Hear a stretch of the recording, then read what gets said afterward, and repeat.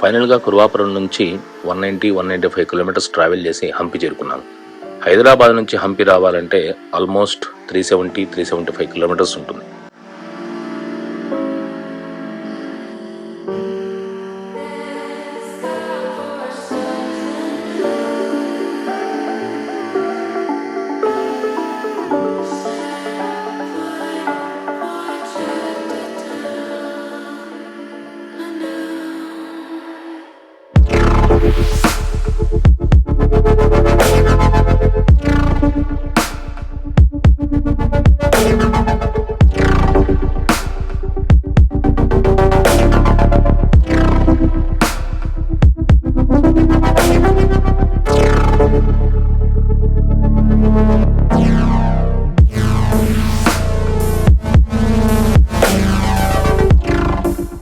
Hi, second day journey start అయింది. ఇప్పుడు మనం ఎక్కడ ఉన్నామో తెలుసా?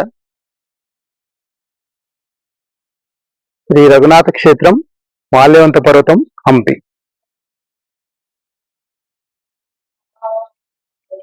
ఈ స్థలానికి ఉన్న ప్రత్యేకత ఏంటో తెలుసా? శ్రీ సీతారామచంద్ర స్వామి వారు తపస్సు చేసుకునేటువంటి ప్రదేశం. రెండు చూద్దాం.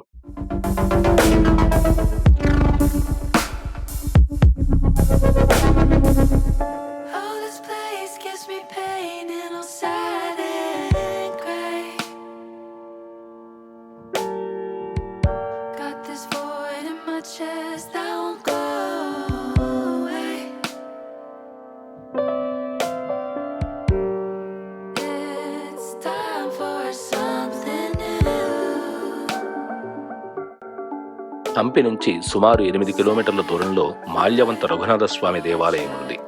శ్రీరామచంద్రమూర్తి ఇక్కడ తపస్సు చేశారు అనేది స్థల పురాణం. ఇక్కడ 365 రోజులు రామాయణ పారాయణం జరుగుతూ ఉంటుంది. బయట వైపు ఆంజనేయ స్వామి వారికి దేవాలయం కూడా ఉంది. ఈ దేవాలయానికి చేరుకోవాలంటే హంపి నుంచి టూరిస్ట్ వెహికల్స్ ద్వారా కూడా చేరుకోవచ్చు.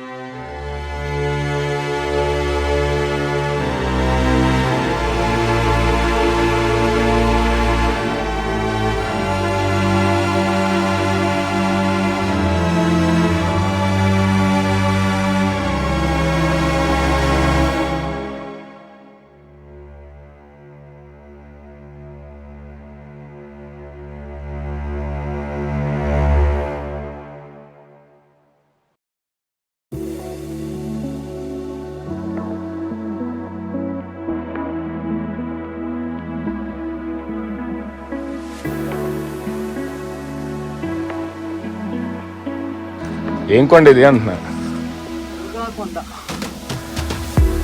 మా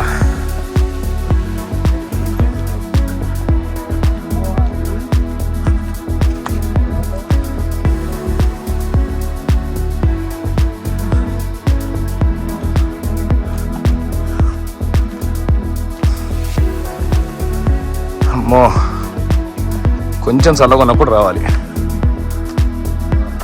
ప్లేస్ మాత్రం సూపర్ ఉంది.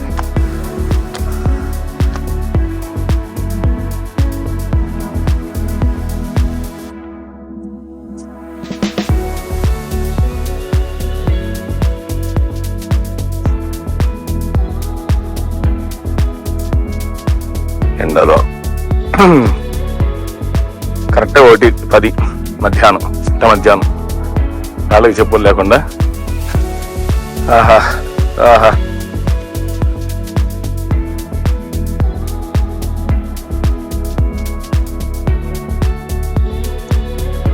హంపి నుంచి 20 కిలోమీటర్ల దూరంలో దుర్గాహిల్ దుర్గా టెంపుల్ ఉంది.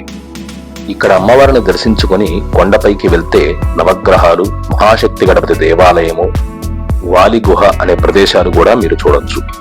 విజయనగర సామ్రాజ్య రాజులు ప్రతి యుద్ధానికి ముందు ఇక్కడ దుర్గా అమ్మవారికి, పంపా సరోవర దగ్గర ఉన్న లక్ష్మీ అమ్మవారికి ప్రత్యేకమైన పూజలు చేసేవారట. హంపి విరూపాక్ష దేవాలయంలో ఉన్న అమ్మవారే ఇక్కడ దర్శనమిచ్చింది అనేది వారి విశ్వాసము.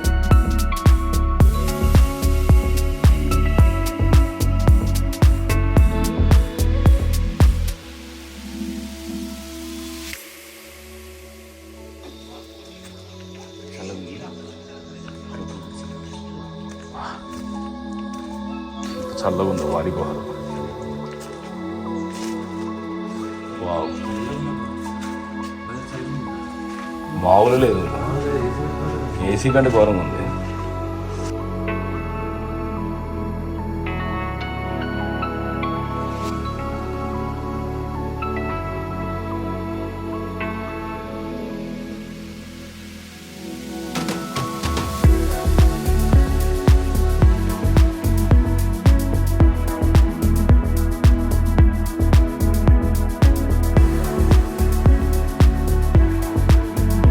దుర్గాహిల్ నుంచి 1 కిలోమీటర్ వెళ్తే అంజనాద్రి పర్వతానికి చేరుకోవచ్చు. దీనిని కిష్కింద అని కూడా అంటారు. హనుమాన్ హళ్లిలో ఉన్న ఈ కిష్కిందని ఆంజనేయ స్వామి వారి జన్మస్థలంగా కూడా చెప్తారు.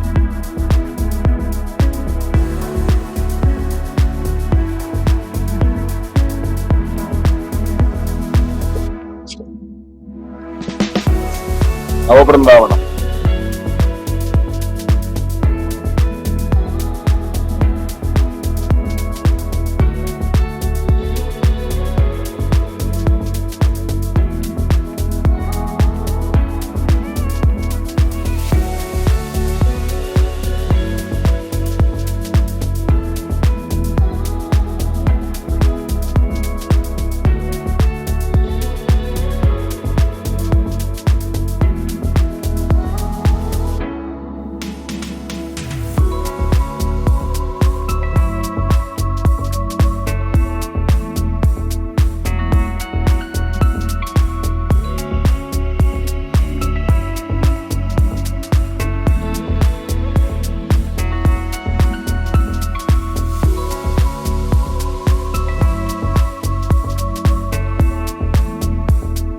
అంజనాద్రి నుంచి 4 కిలోమీటర్ల ప్రయాణం చేస్తే అనగుందిలో నవబృందావన పోర్ట్ ప్లేస్ చేరుకుంటాం. అక్కడ నుంచి పడవ మార్గం ద్వారా నవబృందావనం ప్రదేశానికి చేరుకోవచ్చు. మధ్వ సాంప్రదాయంలోని 9 మంది విశిష్ట గురువులు ఇక్కడ సమాధిని పొందారు. వారి ప్రతీకయే ఈ నవబృందావనం. ఇప్పటికీ ఆ గురువులు జీవస్థితిలోనే ఉండి భక్తులని అనుగ్రహిస్తున్నారు అనేది భక్తుల విశ్వాసం.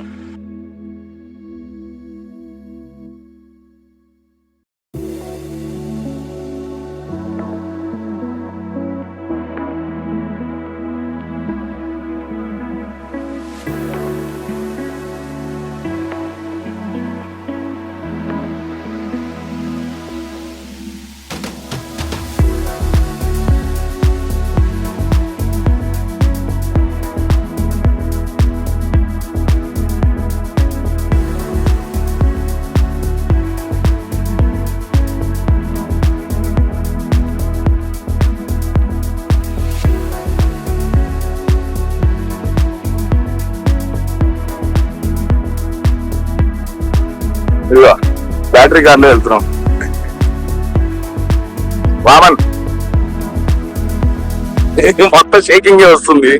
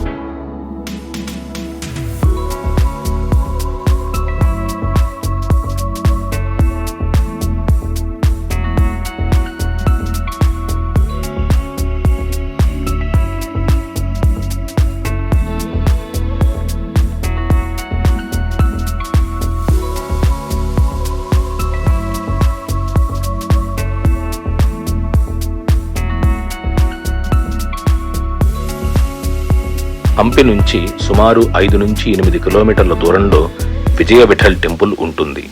ఈ విజయ విఠల టెంపుల్ని విజయనగర సామ్రాజ్య వైభవానికి సజీవ సాక్ష్యంగా కూడా చెప్పవచ్చు. ఇతిహాస కాలం నుంచి విజయనగర సామ్రాజ్య కాలం వరకు ప్రస్తుత మహారాష్ట్ర పండరీపురంలోని విఠలనాథుడు ఇక్కడే కొలువై ఉండేవారనేది చరిత్ర. భారతీయ శిల్పకళా నైపుణ్యానికి, సాంస్కృతిక వైభవానికి నిదర్శనాలుగా ఏకశిలా రథము, సప్తస్వర సంగీత మండపము, రాతి తులాభారము, నాట్య మండపాలు, విద్యా వైద్యశాలలు ఇలాంటివన్నీ కూడా చెప్పవచ్చు. దీనికి సమీపంలోనే జటాయువు సీతాపహరణ సమయంలో రావణుడితో తలబడినప్పుడు సీతామ్మవారి ఆభరణాలు పడిన ప్రదేశం కూడా ఉంటుంది.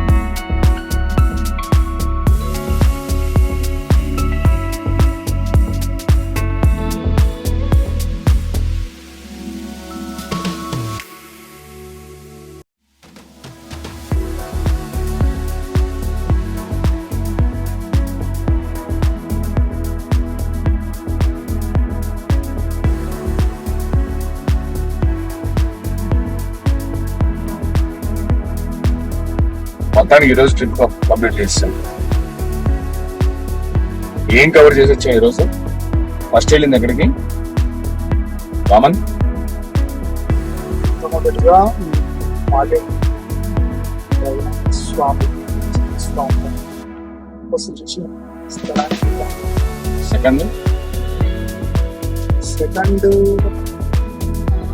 దుర్గా టెంపుల్ అక్కడికి వెళ్ళట్టున్నాం కదా, దుర్గా టెంపుల్.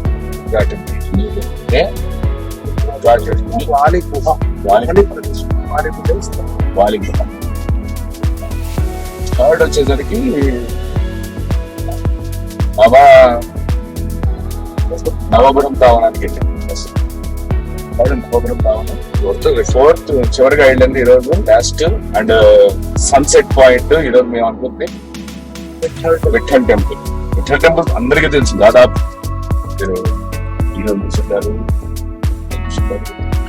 చాలా ఫేమస్.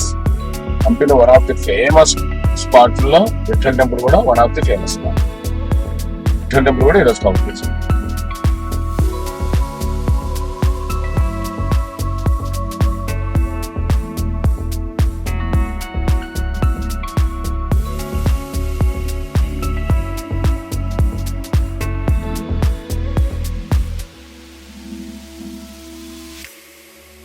సో మీరు చేయాల్సిందల్లా ఒక like, share, subscribe to know your Bharat.